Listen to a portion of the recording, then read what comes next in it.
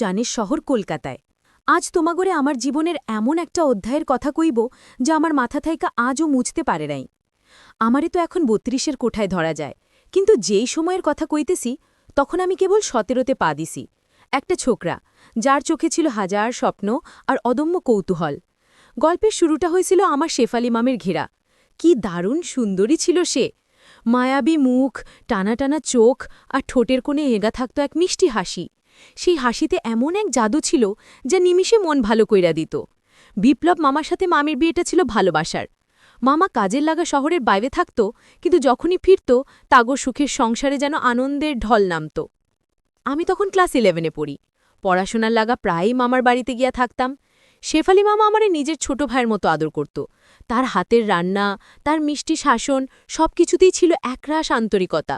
কিন্তু আমি দেখতাম মামা যখন শহরে থাকত না, তখন মামি সেই ঝলমলে মুখটা কেমন যেন মেঘলা হইয়া থাকত। এক গভীর মন খারাপ যেন তারে ধইরা ফেলত। এইভাবেই দিন যাইতেছিল। হঠাৎ একদিন খবর পাইলাম বিপ্লব মামা একটা বড় কোম্পানিতে চাকরি পাইয়া দুবাই চলে যাইব, পুরা ৩ বছরের লাগা। খবরটা শুইনা একদিকে যেমন আনন্দ হইল, তেমনি শেফালি মামির লাগা মনটা খারাপ হইয়া গেল। মামা চলে যাওয়ার আগের দিন বাড়িতে এক ছোটখাটো আয়োজন করা হইল। আত্মীয় স্বজন, খাওয়া দাওয়া, হাসি তামাশায় বাড়িটা ভইরা রইল। কিন্তু সেই হাসির আড়ালে আমি পরিষ্কার দেখতে পাইতেছিলাম মামির ছলছল চোখ। পরের দিন সকালে মামা এয়ারপোর্টে লাগা তৈরি। যাওয়ার আগে মামা আমার কাঁধে হাত রাইখা কইল, রনি, আমি তো চইলা গেলাম, তোর মামিটা বড্ড একা হইয়া যাইব, তুই একটু দেখিস, ওর যখন যা লাগে আয়না দিস, ও যেন কোনো কষ্ট না পায়, তুই ছাড়া তো ওরে দেখার মতো কেউ নাই। আমি মামারে ভরসা দিয়া কইলাম, তুমি একদম চিন্তা কইরো না মামা, আমি মামিরে কোনো সমস্যায় পড়তে দিব না, তুমি খালি নিজের খেয়াল রাইখো। মামা চইলা গেল। বিশাল বাড়িটাতে পইরা রইলাম আমি আর মামি। প্রথম কয়েকটা দিন মামি প্রায়ই কথা কইত না, সারাদিন চুপচাপ থাকত, জানালার দিকে চাইয়া কি যেন ভাবত। আমি তার একা থাকা দূর করার লাগা নানা চেষ্টা করতাম। তার সাথে বসে টিভি দেখতাম, কলেজের মজার মজার গল্প শোনাইতাম, বাজার থাইকা তার পছন্দের জিনিস কাইনা আনতাম। আস্তে আস্তে মামি আবার স্বাভাবিক হইতে শুরু করল। এরই মধ্যে আমি আমার পড়াশোনার সুবিধার লাগা পাকাপাকিভাবে মামার বাড়ি চইলা এলাম। বাবা মাও রাজি হইল, কারণ ওইখানে আমি শান্তিতে পড়াশোনা করতে পারুম, আর মামিরও একজন সঙ্গী হইব। আমার ঘরটা ছিল মামির ঘরের ঠিক পাশেই। সবকিছুই ঠিকঠাকই চাইতেছিল, কিন্তু মাসখানেক যাইতে না যাইতেই আমি একটা অদ্ভুত জিনিস দেখতে শুরু করলাম। প্রায় প্রতি রাতেই যখন চারদিক চুপচাপ হয়ে যাইত, আমি পড়তে বইলে মামির ঘর থেকে একটা চাপা অদ্ভুত শব্দ ভেসে আসত। শব্দটা ঠিক কান্নার মতোও না, আবার হাসির মতোও না, কেমন যেন একটা ফোপানোর আওয়াজ, যা গভীর কষ্ট ছাড়া আসে না। মাঝে মাঝে মনে হইত কেউ যেন দেয়ালের সাথে মাথা ঢুকতেছে, একটা চাপা ধূপধূপ আওয়াজ। প্রথম আমি ভাবতাম হয়তো আমার শোনার ভুল, কিন্তু যখন পরপর কয়েক রাত একই ধরনের শব্দ পাইলাম, আমার বুকের ভেতরটা কেঁপে উঠল। মামা বিদেশে, বাড়িতে শুধু আমরা দুইজন। মামির যদি কিছু হইয়া যায়, এই ভয়ে আমি কাউরে কিছু কইতে পারতেছিলাম না। শব্দটা এতটাই রহস্যময় ছিল যে আমার ছোকরা মন নানা অজানা চিন্তায় ভইরা উঠছিল। মামি কি কোনো বিপদে পড়ছে, নাকি কোনো গভীর কষ্টে এমন করতেছে? একদিন রাতের শব্দটা যেন একটু বেশি স্পষ্ট শোনা গেল। আমার আর সহ্য হইল না। আমি আস্তে আস্তে মামির ঘরের সামনে গিয়ে দাঁড়াইলাম। ভেতর থাইকা তখনও সেই চাপা গোঙানির মতো আওয়াজ আসতেছিল। আমার মনে হইল এখনই দরজাটা ধাক্কা দিয়ে ভেতরে ঢুকা পড়ি, কিন্তু পরের মুহূর্তেই মনে হইল এটা হয়তো মামির ব্যক্তিগত কোনো ব্যাপার। কিন্তু কৌতূহল আর চিন্তা আমারে শান্তিতে থাকতে দিত না। পরের দিন সকালেই ঠিক করলাম মামিরে সরাসরি জিজ্ঞামু। ভয়ে ভয়ে আমি মামির কাছে গিয়া কইলাম, মামি, একটা কথা কইমু? মামি আমার দিকে চাইয়া মিষ্টি করে হাসল, কিন্তু সেই হাসির পেছনেও আমি একরাশ ক্লান্তি দেখতে পাইলাম। আমি কইলাম, মামি, প্রতিদিন পড়তে বসার সময় তোমার ঘর থেকে কেমন জানি একটা অদ্ভুত শব্দ পাই। আমি তোমারে ভয়ে কিছু কই নাই, তুমি কি কইবা কেন প্রতিদিন তোমার ঘর থেকে এরকম শব্দ আসে? মামা তো বিদেশে। আমার প্রশ্ন শুইনা মামের মুখের হাসিটা নিমিষে মিলাইয়া গেল। তার চোখ দুটো কেমন যেন অচেনা হইয়া গেল। তিনি আমার দিকে কিছুক্ষণ স্থির দৃষ্টিতে চাইয়া রইলেন, যেন আমার মনের ভিতরটা পইরা ফেলার চেষ্টা করতেছেন। তারপর এক লম্বা শ্বাস ফেলে যা কইল, তা শোনার জন্য আমি মোটেও তৈরি ছিলাম না। আমার প্রশ্নটা শেষ হইতে না হইতেই শেফালি মামের মুখের উপর থাইকা যেন কেউ এক ঝটকায় সব আলো কাইরা নিল। সেই মায়াবী হাসিটা কর্পূরের মতো উড়ে গিয়ে সেখানে বেরোয় এলো একরাশ ভয় আর অস্বস্তি। তিনি আমার দিকে এমনভাবে চেয়ে রইলেন যেন আমি তার সবচেয়ে গোপন কোনো ঘায়ে আঙুল দিয়ে দিছি। ঘরের চুপচাপ ভাবটা ভেঙে তিনি ধরা গলায় বললেন, আমার ঘর থেকে শব্দ? তুই কি কইতাছিস রনি? তোর কি মাথা খারাপ হইছে? পুরানো বাড়ি ইঁদুর ছুঁচো দৌড়াদৌড়ি করে, তারই শব্দ শুই না থাকবি হয়তো। মামির উত্তরটা এতটাই সাজানো আর তাড়াখোর মতো শোনালো যে আমার সন্দেহ আরও বাড়ল। আমি শান্ত গলায় বললাম, না মাম, ওটা ইঁদুরের শব্দ ছিল না। আমি পরিষ্কার শুনছি কেউ যেন খুব কষ্ট পাইতেছে, ফুপায়া কানতেছে। আমার কথায় মামির মুখটা ফ্যাকাশে হয়ে গেল। তিনি অন্যদিকে মুখ ঘুরিয়ে এনে কিছুটা কড়া স্বরে বললেন, দেখ রনি, তুই এখন বড় হইছিস, অন্যের ব্যক্তিগত ব্যাপারে নাক গলানো ভালো না। যা, নিজের পড়ায় মন দে, এসব আজগুবি চিন্তা মাথা থাইকা বাইর পার।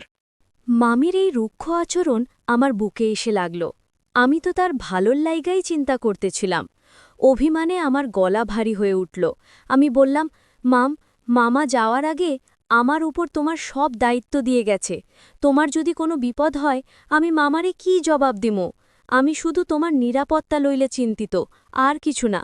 আমার গলার স্বরে হয়তো আকুতিটা এতটাই স্পষ্ট ছিল যে মামির কঠোরতার দেয়ালটা মুহূর্তেই ভেঙে পড়ল। তিনি আমার দিকে ফিরলেন।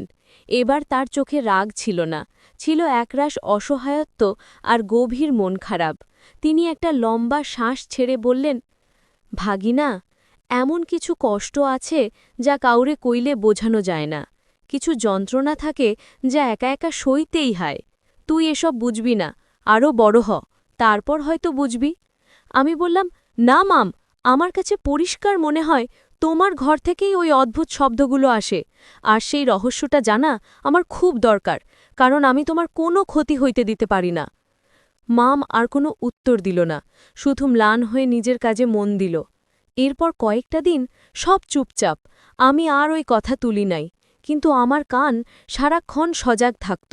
রাতে সেই রহস্যময় শব্দটা আগের মতো জোরে না শোনা গেলেও মাঝে মাঝেই ভেসে আসত। এভাবেই আরও সপ্তাহখানেক কেটে গেল। একদিন রাতে আমি অঙ্ক করছিলাম, এমন সময় মাম দরজায় এসে দাঁড়াল।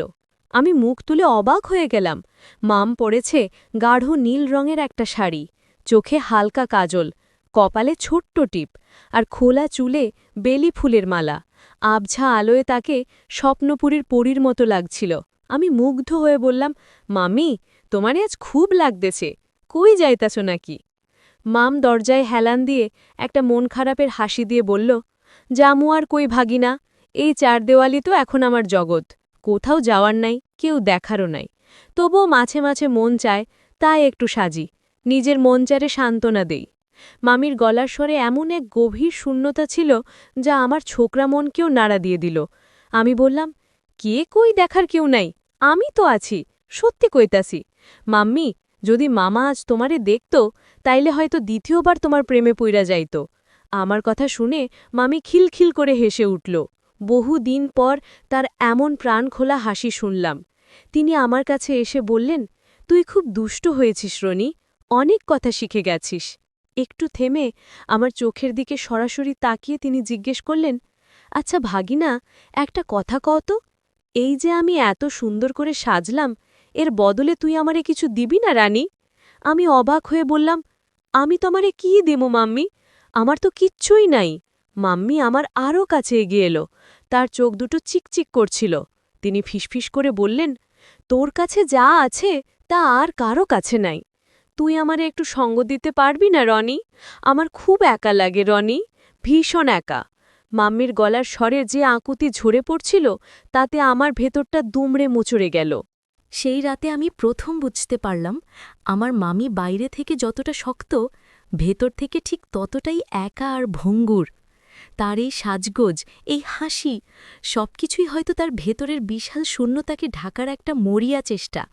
আর তখনই আমি ঠিক করলাম, যেভাবেই হোক মামির ঘরের ওই রহস্যময় শব্দের পেছনের কারণটা আমাকে জানতেই হবে। তার একাকিত্বের সঙ্গী যদি হতে না পারি, তার কষ্টের কারণটা তো অন্তত জানতে হবে। তাই পরের দিন আমি আবার মামিকে সরাসরি বললাম, মামি, আমি আর পারতেছি না, তোমার ঘর থেকে কিসে শব্দ হয়, আর তুমি কি করো ঘরের মধ্যে, তা আমারে কইতেই হইব। আমার জেদ দেখে মামি কিছুক্ষণ চুপ করে রইল। তারপর আমার চোখের দিকে স্থিরভাবে তাকিয়ে বলল, সত্যি জানতে চাস রনি? আমি কাপা গলায় বললাম, হ্যাঁ মাম, আমি জানতে চাই। শেষমেশ মা যেন হার মানল। তিনি একটা লম্বা শ্বাস ফেলে বললেন, ঠিক আছে, তুই যখন কিছুতেই শুনবি না, তাইলে শোন। এই শব্দের রহস্য যদি জানতে চাস, তাইলে আজ রাতে তোরে আমার ঘরে থাকতে হবে, একেবারে গভীর রাত পর্যন্ত। কি ভাগিনা, পারবি থাকতে? মামির প্রস্তাবে আমার বুকের ভেতরটা ধরাস করে উঠল। অজানা ভয় আর তীব্র কৌতূহলের এক অদ্ভুত মিশ্রণ আমাকে ধরে ফেলল। আমি এক মুহূর্ত দেরি না করে উত্তর দিলাম, হ্যাঁ মাম, আমি পারুম। শেফালি মামির প্রস্তাবে রাজি হওয়ার পর সারাটা দিন আমার বুকের ভেতর এক অজানা ঝড় বইতে লাগল। ভয়, কৌতূহল আর এক ধরনের দায়বদ্ধতা সব মিলিয়ে একাকার হয়ে যাচ্ছিল। কি এমন রহস্য লুকানো আছে মামির ঘরে? কেনই বা সেই রহস্য জানতে হলে আমাকে গভীর রাত পর্যন্ত তার সাথে থাকতে হবে? হাজারো প্রশ্ন মাথায় ঘুরছিল, কিন্তু কোনোটারই উত্তর খুঁজে পাচ্ছিলাম না। সময় যেন আর কাটছিল না। বিকেলের নরম আলো মিলিয়ে গিয়ে সন্ধ্যা নামল। তারপর রাতের অন্ধকার আরও ঘন হতে শুরু করল। আমি নিজের ঘরে বই খোলা রেখে বসেছিলাম ঠিকই, কিন্তু পড়ায় এক বিন্দুও মন ছিল না। আমার সব মনোযোগ ছিল পাশের ঘরের দিকে। কখন মা আমাকে ডাকবে? রাত 10টা নাগাদ মা রাতের খাবার নিয়ে এলো। তার মুখটা ছিল থমথমে, চোখের দৃষ্টি শান্ত কিন্তু গভীর। আমরা নীরবে খাওয়া শেষ করলাম। খাওয়া শেষে মা আমার দিকে চেয়ে শান্ত গলায় বলল, তোর পড়া শেষ হলে আমার ঘরে আইস, দরজা খোলা থাকব। এই কইলা মা চলে গেল। আমি আরও কিছুক্ষণ অপেক্ষা করলাম। ঘোরের কাঁটা যখন 11টা ছুঁই, আমি আস্তে আস্তে মামের ঘরের দিকে এগাইয়া গেলাম। দরজাটা অল্প করে ভেজানো ছিল। আমি হালকা ধাক্কা দিতেই ক্যাচ করে একটা শব্দ হল। ঘরের ভেতরে আবছা নীল আলো জ্বলতেছিল। মা বিছানায় বসা ছিল, তার কোলে একটা পুরানো অ্যালবাম। আমাকে দেখে মা ইশারায় তার পাশে বসতে বলল। আমি সাবধানে গিয়ে বসলাম। ঘরের পরিবেশটা কেমন যেন থমথমে, বাতাসে এক অদ্ভুত মন খারাপ ভাসছিল। মা কোনো কথা না বলে অ্যালবামের পাতা উল্টাতে লাগল। সবগুলোই মামা আর মামির বিয়ের ছবি, হানিমুনের ছবি। প্রতিটি ছবিতে দুইজনকে কি ভীষণ সুখী দেখাচ্ছিল। মা একটা ছবি দেখছিল আর ফিসফিস করে বলছিল, জানিস রনি, তোর মামা আমাকে রানী করে রাখছিল। ওর ভালোবাসা কোনো দিন একটুও কমতি ছিল না, কিন্তু এই একা থাকাটা যে কত ভয়ঙ্কর তা ওকে বোঝাইতে পারি না। তার গলা ধরে আসছিল। তিনি অ্যালবামটা বন্ধ করে আমার দিকে তাকালেন। তার টানা টানা চোখ দুটি জলে ভরে উঠছিল। তিনি বললেন, মানুষ ভাবে টাকা পয়সা, ভালো থাকা খাওয়াই জীবনের সব, কিন্তু সঙ্গী ছাড়া যে মানুষ ভেতর থাকা মইরা যায়, সেইটা কজন বোঝে? দিনের পর দিন একা একাই 4 দেওয়ালের মধ্যে থাকতে থাকতে আমার দম বন্ধ হয়ে আসে রনি। আমি কি কইমু বুঝতে পারতেছিলাম না। শুধু বললাম, আমি তো আছি মাম।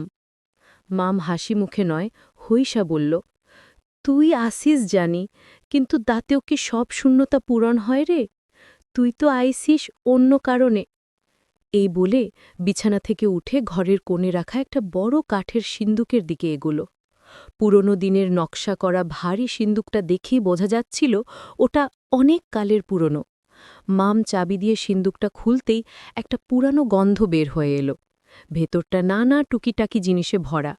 তার মধ্যে থেকে মাম খুব সাবধানে একটা ছোট্ট পুরানো টেপ রেকর্ডার বের করে আনল। বাক্সটা হাতে নিয়ে তিনি আমার দিকে তাকালেন।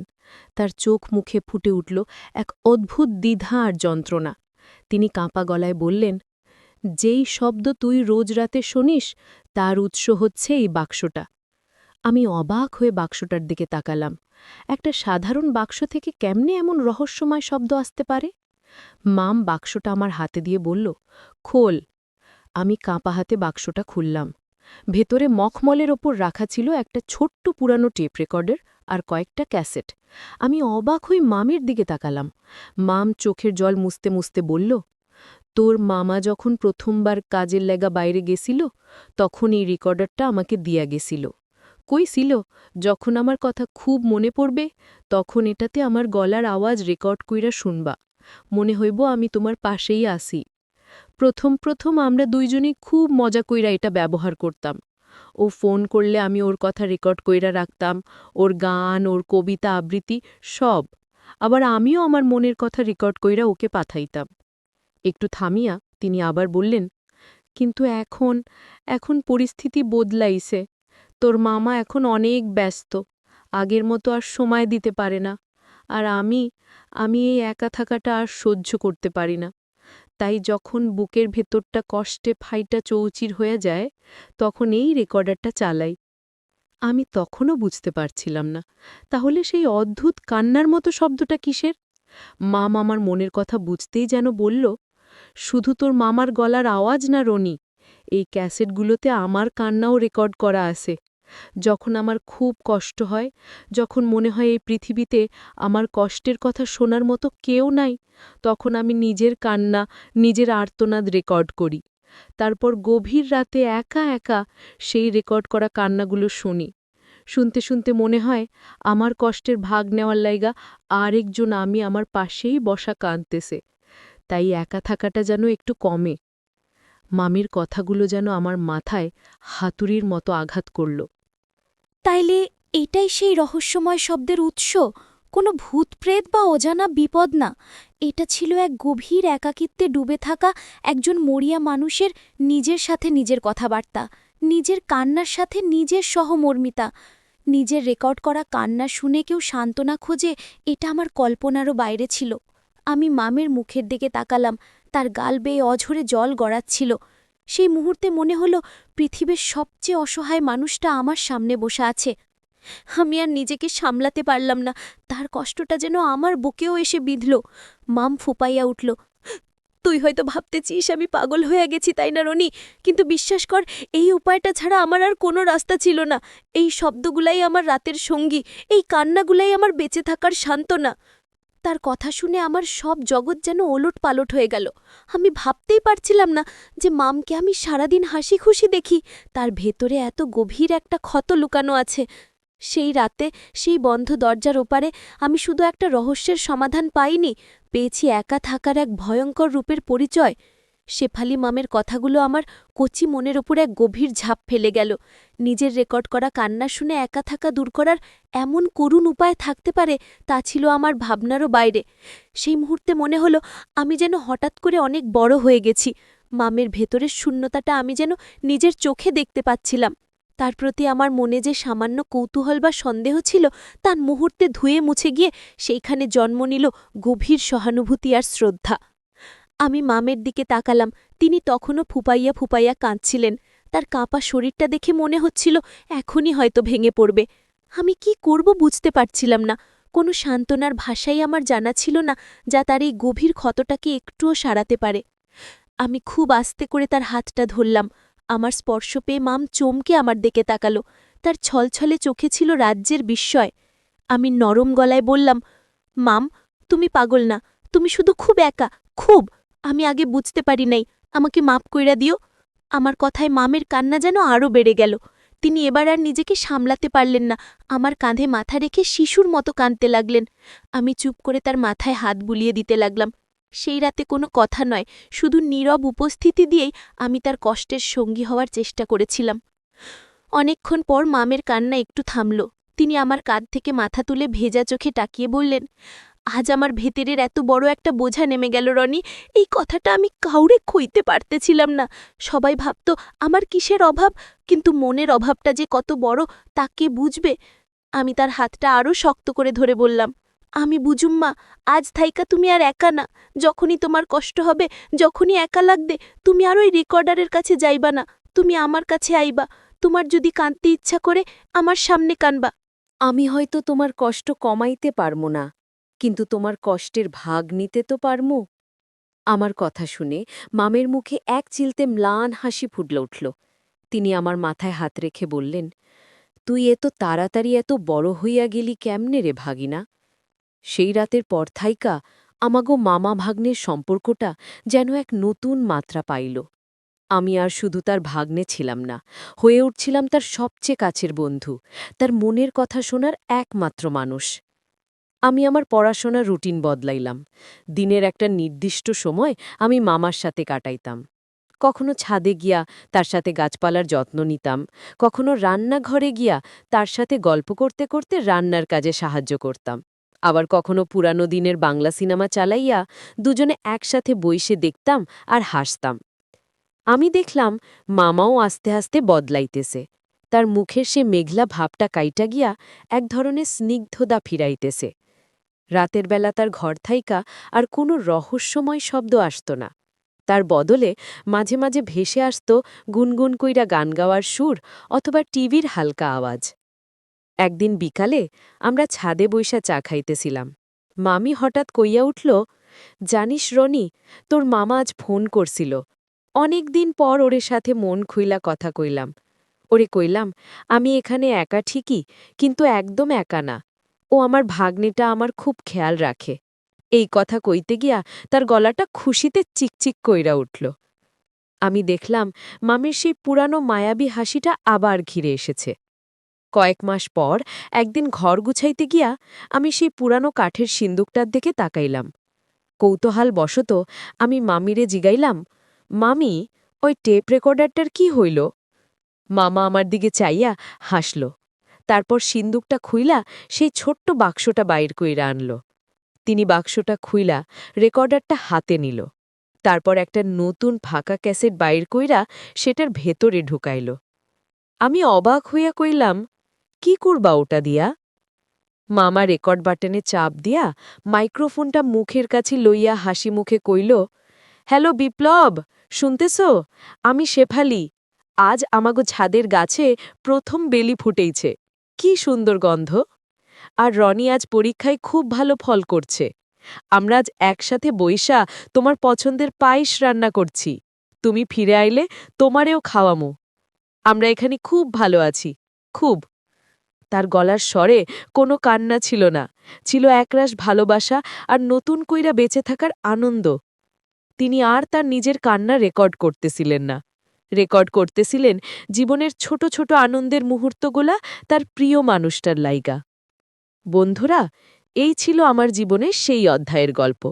সেদিন আমি বুঝতে পারছিলাম মানুষের সবচেয়ে বড় অসুখ হইল একা থাকা, আর তার একমাত্র ওষুধ হইল নিঃস্বার্থ সঙ্গ আর একটু সহমর্মিতা। মামার ঘরের রহস্যময় শব্দের পেছনে কোনো ভয়ঙ্কর কিছু ছিল না, ছিল শুধু একজন একা মানুষের অব্যক্ত যন্ত্রণা। আমি পারছিলাম সেই যন্ত্রণার ভাগ নিতে, আর তাতেই যেন একটা নতুন ভোরের আলো ফুটে উঠছিল আমাগো সেই ছোট্ট সংসারে। তো বন্ধুরা, আজকে এই পর্যন্তই।